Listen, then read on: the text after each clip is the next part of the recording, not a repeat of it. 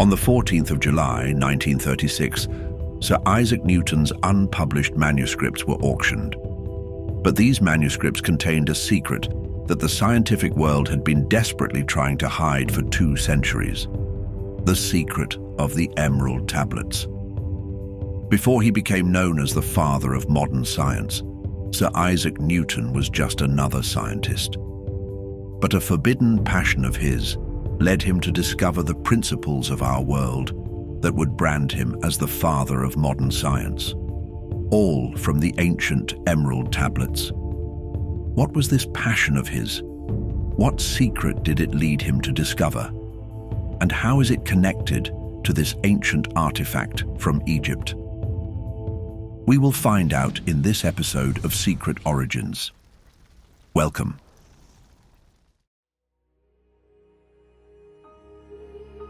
When Isaac Newton died in 1727, he was buried in Westminster Abbey with full state honours, a grand funeral only reserved for royalty and high nobility.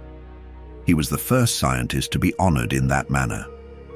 At the time of his death, he was regarded as a hero of the Enlightenment, the man who had discovered the fundamental laws of the physical universe, the president of the Royal Society, Britain's scientific community. Known as the father of classical physics, Sir Isaac Newton had reached the pinnacle of scientific endeavour. But later on, the Royal Society would discover a secret passion of his so scandalous that they would hide it from the world for the next 200 years. The way the story goes, after Newton's death, his colleagues at the Royal Society had gathered to review his private papers and his unpublished manuscripts, a standard procedure for a man of his stature. What they discovered horrified them. Hidden in his study were trunk after trunk filled with manuscripts, over 1 million written words, more than everything he'd published on physics and mathematics, devoted to something the scientific establishment had deemed not just unprofessional but dangerous: alchemy.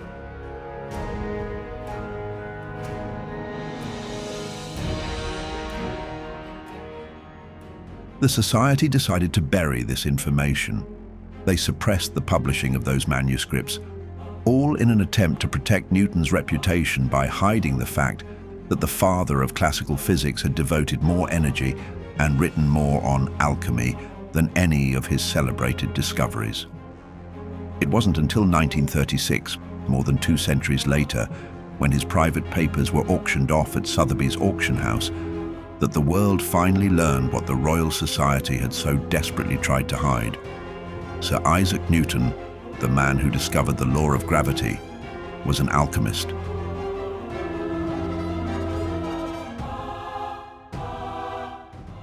As we would later discover, Sir Isaac Newton held a passion for alchemy since he was a little boy living in an apothecary's shop.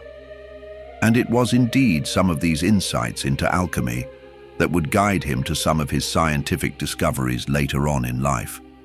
However, as a grown man, most of his alchemical obsession was centered around a single mystical text, the Emerald Tablet. But what exactly was the Emerald Tablet? And why would the greatest scientific mind in history risk everything to study it? Here's what we know. According to legend, it was discovered in a dark tomb beneath the Great Pyramid of Giza. Some say it was found by Sarah, the wife of Abraham, clutched in the skeletal hands of a corpse. Others claim Alexander the Great had stumbled upon it during his conquest of Egypt, hidden in a chamber that hadn't opened in millennia. Whatever account you may have heard, they all seem to agree on one cardinal fact. The body holding the tablet wasn't just any corpse. It was Hermes Trismegistus himself, who, according to legends, was either a god, a man who became a god, or something else entirely. They referred to him as the fusion of the Egyptian god of knowledge, Thoth, and the Greek messenger god, Hermes.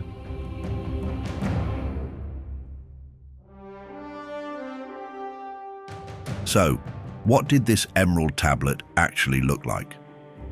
Imagine with me for a moment that you're holding a piece of emerald green stone in your hands, cool and smooth to the touch. carved into its surface are 13 lines of text. Just 13 lines. A single paragraph that could fit on something smaller than an iPad. Now imagine that this one paragraph contains the secret to everything. Not metaphorically, literally everything. The key to immortality, the secret to having unlimited wealth, or the structure of the atom. Whatever secrets you wanted to know, it was all encoded in those 13 cryptic lines. That, right there in your hands, is the Emerald Tablet.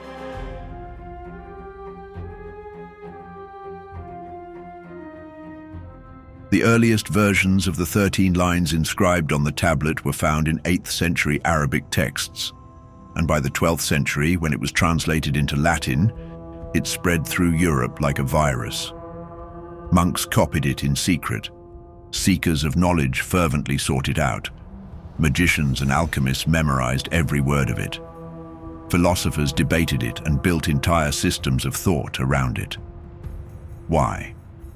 Because of what it promised in its opening lines. "'Tis true without error, certain and most true. That which is below is like that which is above, and that which is above is like that which is below, to accomplish the miracles of one thing. As above, so below." If you think the quote is familiar, that's because it is. You have heard it before. It's everywhere. As tattoos, motivational posters, Instagram posts. But do you know what it actually means? According to the philosophers and scholars who have debated it, they think it means that the universe is a mirror. The same patterns that govern the movement of planets also govern the movement of atoms. The same forces that shaped galaxies also shaped human consciousness.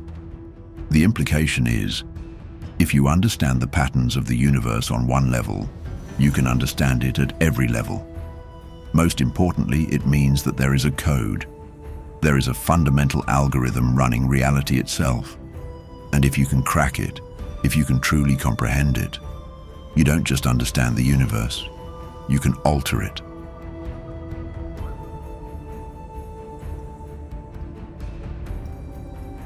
Found among the lines of the Emerald Tablet, there is a process described: separating earth from fire, the refined from the gross, extracting the pure from the corrupt through careful transformation. On the surface, it looks like a recipe. Simple instructions for creating the philosopher's stone. That legendary substance alchemists believed could turn lead into gold and grant eternal life. But medieval scholars and Sir Isaac Newton quickly realized that the tablet wasn't just describing chemistry. Though the words spoke about heating a metal in a furnace, it also referred to the movements of celestial bodies. Alchemists who tried to transmute gold realized that the process led them to achieve enlightenment. That was when the true value of what they had uncovered hit them. The Emerald Tablet wasn't just an ancient poem. They were instructions. Instructions that worked no matter where you applied them. The physical world, astronomy, psychology, and even spiritually. It was a master key that unlocked any door.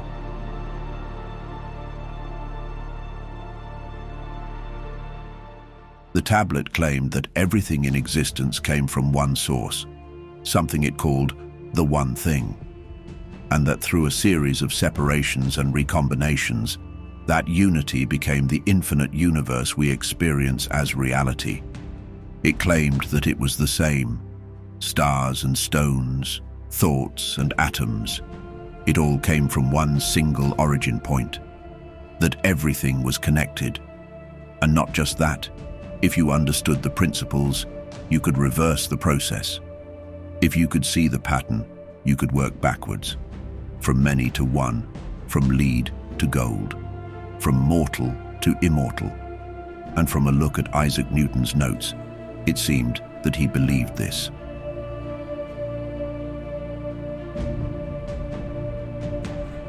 Isaac Newton didn't stumble upon the Emerald Tablet by accident.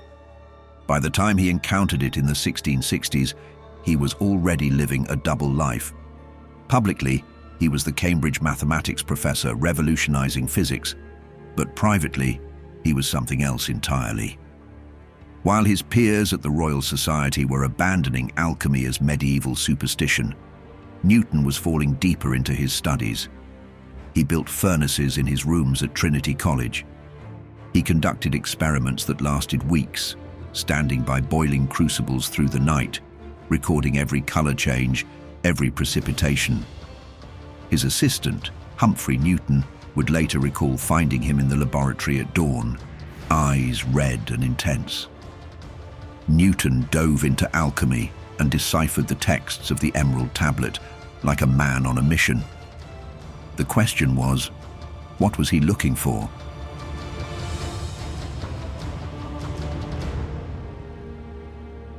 The answer lies in what Newton saw that others missed.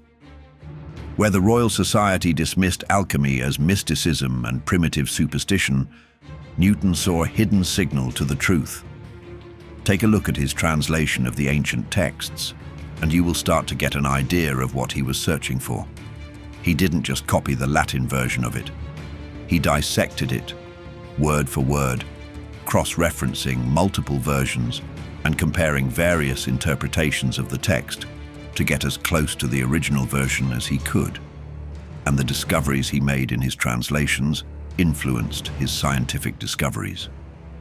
Take a look at his breakthrough discoveries in physics, and you will see that they mirror the exact structure of the Emerald Tablet.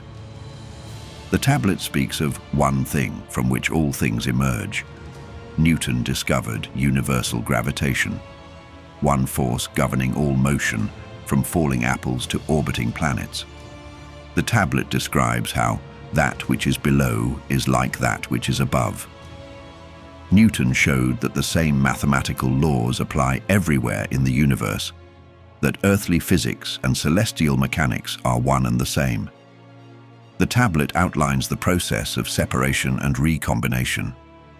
Newton's calculus showed a mathematical method for breaking continuous motion into infinitely small pieces, then recombining them to understand the whole. In his private notes, Newton believed that ancient philosophers knew laws about the universe, and he believed that the Emerald Tablet described real physical processes.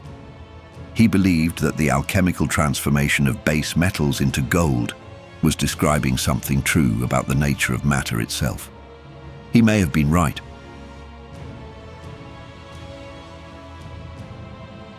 In 1803, 76 years after Newton's death, an English chemist named John Dalton proposed his atomic theory, that all matter is composed of indivisible particles called atoms, and that chemical reactions are simply the rearrangement of these atoms.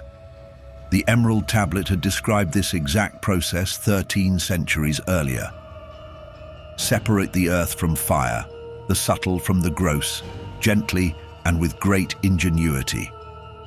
In 1868, Dmitri Mendeleev organized the elements into the periodic table, showing that all matter follows a pattern, that elements share families and properties, and that there is an underlying structure to physical reality. Thus was the world created. From this will be wonderful adaptations, for which the means is here. In the 20th century, we discovered through quantum physics that particles can be waves, that matter and energy are interchangeable, and that everything in the universe is fundamentally connected at the quantum level. And as all things have been and arose from one by the mediation of one, so all things have their birth from this one thing by adaptation. One by one, modern science has been validating principles that the tablet stated over 1,000 years ago. And this validation of the Emerald Tablet wasn't just limited to the natural sciences.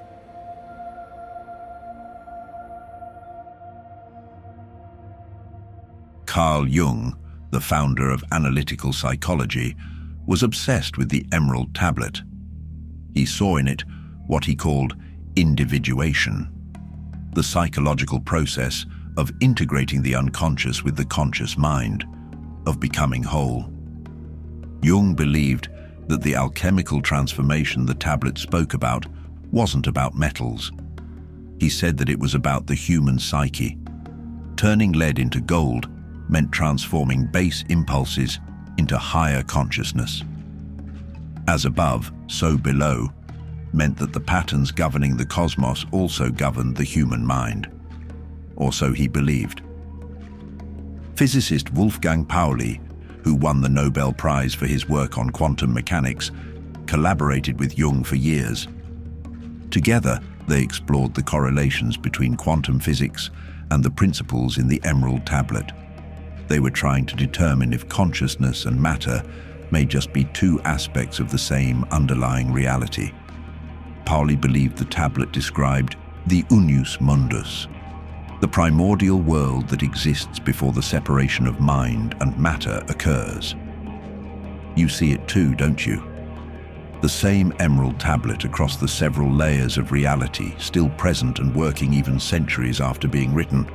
And that is what makes it so different from every other ancient text. It is still working.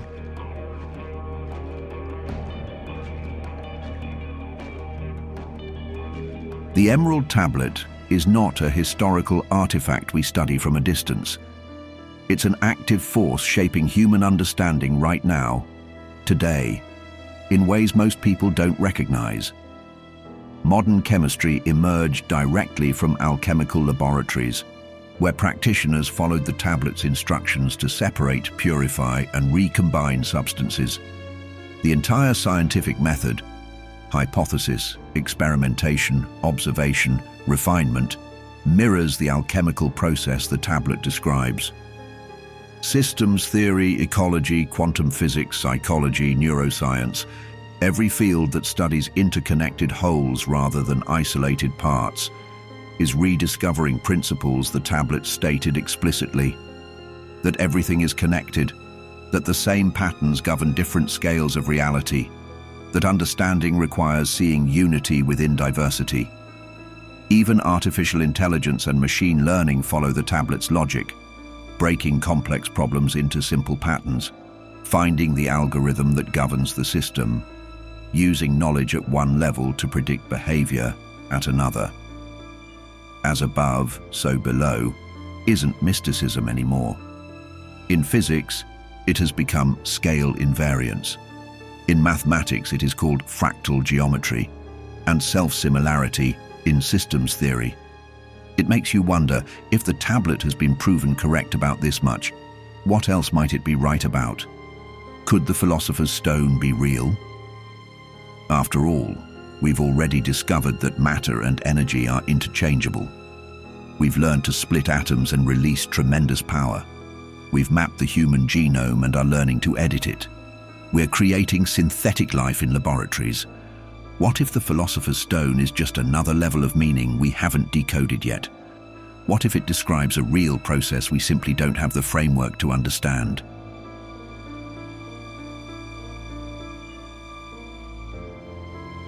Now let's read the complete Emerald Tablet, translated from the Latin version Newton himself studied. As we read each line, you will notice something.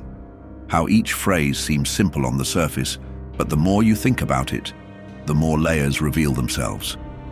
'Tis true without lying, certain and most true. That which is below is like that which is above, and that which is above is like that which is below, to do the miracles of one only thing. And as all things have been and arose from one, by the mediation of one, so all things have their birth from this one thing by adaptation. The sun is its father, the moon its mother, the wind hath carried it in its belly, the earth is its nurse. The father of all perfection in the whole world is here. Its force or power is entire if it be converted into earth. Separate thou the earth from the fire, the subtle from the gross sweetly with great industry. It ascends from the earth to the heaven, and again it descends to the earth, and receives the force of things superior and inferior. By this means you shall have the glory of the whole world, and thereby all obscurity shall fly from you. Its force is above all force, for it vanquishes every subtle thing and penetrates every solid thing. So was the world created. From this are and do come admirable adaptations, whereof the means is here in this. Hence, I am called Hermes Trismegistus, having the three parts of the philosophy of the whole world. That which I have said of the operation of the sun is accomplished and ended. 13 lines, 183 words in Newton's English translation. Somehow, these words inspired Newton to discover gravity. They guided medieval alchemists to develop modern chemistry. They provided Carl Jung with a map of the human psyche. If an obsession over the Emerald Tablet led to these discoveries, what else could these 13 lines be trying to tell us that we just haven't figured out?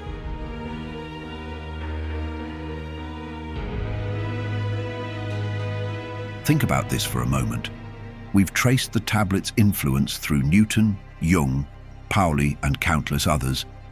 But what about the discoveries we haven't connected yet? When Albert Einstein developed his theory of relativity, showing that space and time are woven together into a single fabric, was he unknowingly following the tablet's teaching that everything emerges from one thing?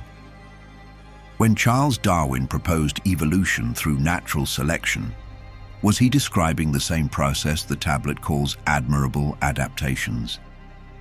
When Watson and Crick discovered the double helix structure of DNA, were they seeing what Hermes meant when he wrote about the operation of the sun, the life force itself? The tablet speaks of something that ascends from the earth to the heaven, and again it descends to the earth. Today, we understand the water cycle, the carbon cycle, the nitrogen cycle, endless loops of matter and energy that sustain all life. It ascends from the earth to the heaven, and again it descends to the earth and receives the force of things superior and inferior.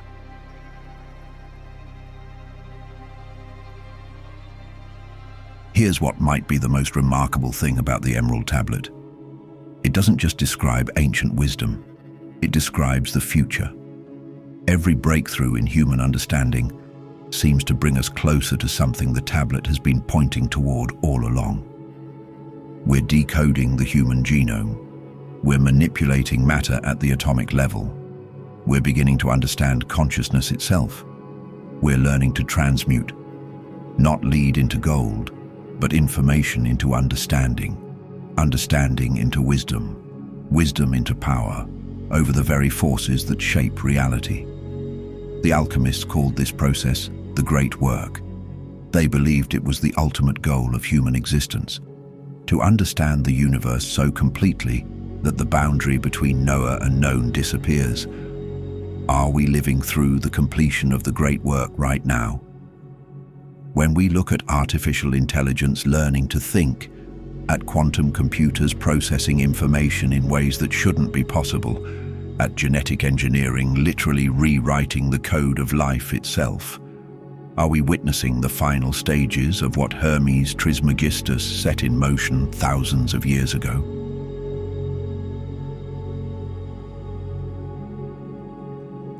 Perhaps that's the real secret of the Emerald Tablet. It wasn't meant to be decoded once and understood completely. It was meant to be a mirror that reflects whatever level of understanding humanity has reached. To medieval alchemists, it revealed chemistry. To Newton, it revealed physics. To Jung, it revealed psychology. To modern scientists, it reveals quantum mechanics and systems theory. The tablet doesn't change. We do. And maybe the one thing the tablet describes isn't a substance or a force or even a principle. Maybe it's consciousness itself. The consciousness that reads the tablet, interprets it, and in doing so transforms both the reader and reality. The 13 lines continue to work their influence, generation after generation, mind by mind, discovery by discovery.